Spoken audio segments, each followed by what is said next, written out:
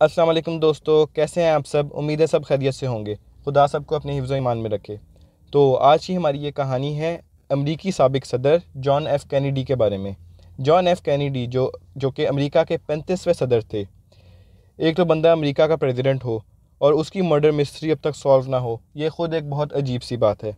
लेकिन इस कहानी में वाकई ऐसे हुआ है। किसी को नहीं पता कि इस अमरीकी सदर की मौत कैसे हुई और किस वजह से हुई। इस बात को आज तकरीबन 50 साल से ज़ायद हो गए हैं, मगर अब तक इस बात का कोई सुराग नहीं लग सका। इवन FBI जो कि दुनिया की जानी मानी ताकतवर तरीन एजेंसी है, वो भी इस चीज़ का अब तक पता नहीं लगा सकी, कोई सुराग नहीं लगा सकी। खैर, होता है, ऐसा भी होता है इस दुनिया में। जॉन एफ़ कैनेडी जो कि ख़ुद एक बहुत यंग और डिसेंट से इंसान थे, बदकिस्मती से ये बस अपने इक़्तिदार के अंदर 2 साल 10 दिन ही रहे कि इनको किसी ने गोली मारकर कत्ल कर दिया। तकरीबन अमेरिका के 4 सदर इसी तरह कत्ल हुए। ऐसा नहीं है कि जॉन एफ़ कैनेडी पर गोली चलाने वाला शख्स गिरफ़्तार नहीं हुआ। कत्ल के बाद 24 घंटे के अंदर अंदर एक बंदे को गिरफ़्तार कर लिया गया कि ये बंदा कातिल है, मगर वो बंदा मुसलसल इनकार करता रहा कि ये कत्ल मैंने नहीं किया।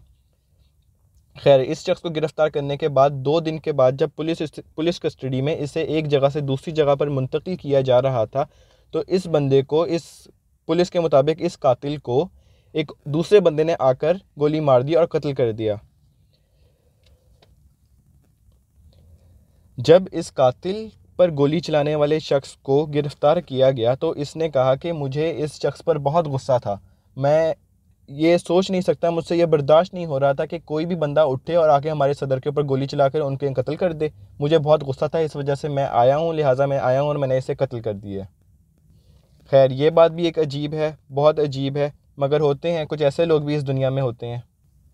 मगर बाद में उस कातिल पे जिसने गोली चलाई और उसको कत्ल किया, इस बंदे को भी किसने कत्ल कर दिया। तो अब सोच में आती है कि भाई इस कत्ल के पीछे, इस बात के पीछे कोई है, कोई थर्ड है जो ये सब करवा रहा है। मगर उस टाइम अमेरिका के और भी बहुत से मुल्कों से मसले चल रहे थे, जिसमें क्यूबा भी शामिल था, रूस भी शामिल था और कई और ममालिक भी शामिल थे। मगर अमरीकी अवाम के मनपसंद इंसान जो थे वो जॉन एफ़ कैनेडी ही थे, क्योंकि इन्हीं के दौरे हुकूमत में रूस से बहुत से समझौते हुए थे और बहुत से प्रोजेक्ट्स चले थे। खैर, ये 22 नवंबर 1963 की बात है कि अमेरिका के एक शहर दल्लास में जॉन एफ़ कैनेडी ने जाने का सोचा, क्योंकि वहाँ के गवर्नर जॉन कॉनवे के साथ कुछ मसले चल रहे थे। सुनने में आया कि पहले भी कहा गया था कि वहाँ उनकी जान को ख़तरा है, मगर उन्होंने इस बात को सीरियस नहीं लिया। 22 नवंबर को जॉन एफ़ कैनेडी अपनी लेमोज़ीन कार में अपनी बीवी के हमरा और उस वक्त जगह के गवर्नर कॉनवॉय के साथ जा रहे थे कि उनकी लेमोज़ीन की छत भी खुली हुई थी। ये सेम वैसे ही वाक़या है जैसे पाकिस्तान के अंदर बेनज़ीर मर्डर केस में उनकी भी गाड़ी की छत खुली हुई थी। खैर, उस पर किसी और वक्त बात करेंगे, अभी हम इस पर ही रहते हैं। खैर, इस काफ़िले में वाइस प्रेसिडेंट भी शामिल थे। अमेरिका के जो वाइस प्रेसिडेंट थे वो भी इस काफ़िले में शामिल थे, मगर उनकी गाड़ी जो थी वो जॉन एफ़ कैनेडी की गाड़ी से 4-5 गाड़ियाँ पीछे थी। और दल्लास में लाखों लोगों का मजमा जमा हो चुका हुआ था, जो कि अपने सदर का, अपने वाइस प्रेसिडेंट को वेव करने के लिए, उनको वेलकम करने के लिए वहाँ पर मौजूद थे और उनका इंतज़ार कर रहे थे। जैसा कि ऐसे होता है इन चीज़ों पे जब मजमा होता है।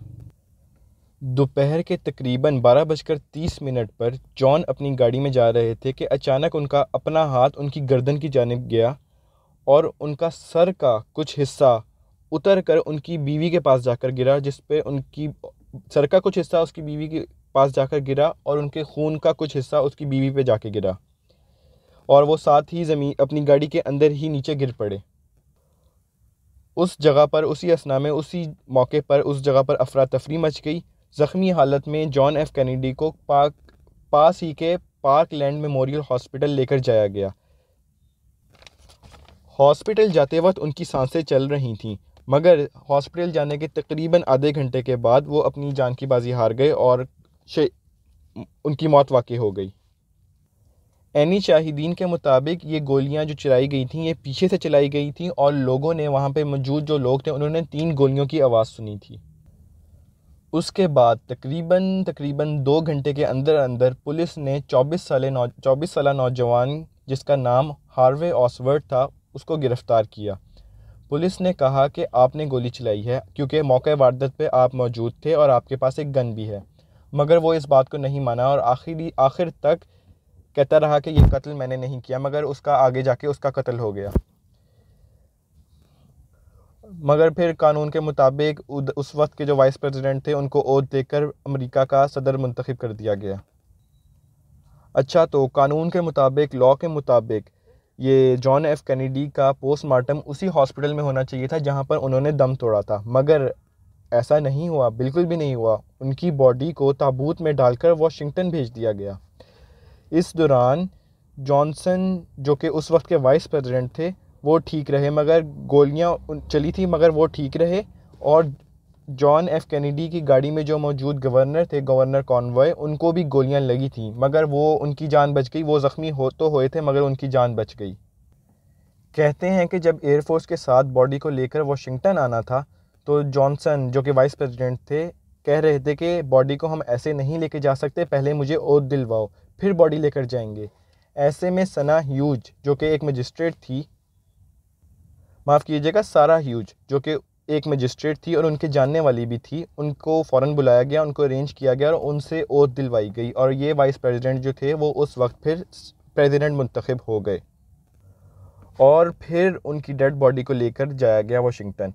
मगर हैरत की बात है कि लेमोजिन गाड़ी जिसमें यह वाक़या पेश आया था, जॉन एफ कैनेडी जिसमें ज़ख्मी हुए थे, उसे फ़ौरन साफ़ कर दिया गया, बिल्कुल सारे सबूत मिटा दिए गए। और जिस शख्स को पकड़ा गया, जिस शख्स को गिरफ़्तार किया गया, वो भी मना करता रहा कि ये कत्ल मैंने नहीं किया। 24 नवंबर को ऑसवर्ड जिसने जॉन एफ कैनेडी पर गोलियां चलाई थी, जिसके ऊपर ये इल्ज़ाम था कि उसने जॉन एफ कैनेडी पर गोली चलाई है, उसे दूसरी जेल में जब शिफ्ट कर रहे थे तो उसको भी एक जैक रूबी नामी शख्स ने आकर गोली मारकर कत्ल कर दिया। जैक रूबी जो कि उस वक्त एक नाइट क्लब का मालिक था। ज़ख्मी हालत में ऑसवर्ड को भी पार्कलैंड मेमोरियल हॉस्पिटल लेकर जाया गया। ये वही हॉस्पिटल है जहां पे जॉन एफ कैनेडी ने अपना दम तोड़ा था, मगर अस्पताल पहुंचकर ऑसवर्ड की भी जान चली गई और वो कत्ल हो गया। और कुछ दिनों के बाद पता चलता है कि जॉन एफ कैनेडी पर जिसने गोलियां चलाई थी, ऑसवर्ड, जिसको कत्ल जैक रूबी नामी शख्स ने किया था, उसने भी सुसाइड अटैम्प्ट कर ली। जेल के अंदर सुसाइड अटैम्प्ट कर ली और इस सुसाइड अटैम्प्ट में उसकी भी मौत वाक़ई हो जाती है। अब इन सब बातों में बहुत सी मिस्ट्री है। जब मना किया गया था जॉन एफ कैनेडी को कि वहाँ जाना महफूज नहीं है, सेफ़ नहीं है, तो वो वहाँ क्यों गए और किसके बुलाने पर गए? और जिस लेमोजीन में वो ज़ख्मी हालत में गिरे थे, उन पर गोलियां चली थी, उस लेमोजीन को फ़ौरन क्यों साफ़ किया गया और उसकी छत क्यों रिमूव की गई? इन सब चीज़ों ने बहुत से सवाल खड़े किए। कहा गया है कि एक बंदा जो कि बिल्डिंग की 6वीं मंजिल पर था, वहाँ से उसने 6.5 mm की गन से जॉन एफ कैनेडी को शूट किया।